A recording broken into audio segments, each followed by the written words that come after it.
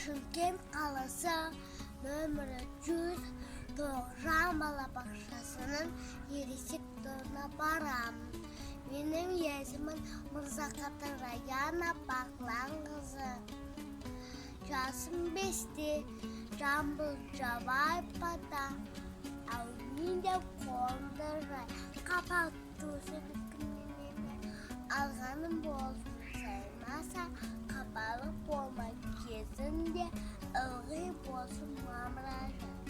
Қос қосан тауып ылмен қыз, кені болсын жорғатай.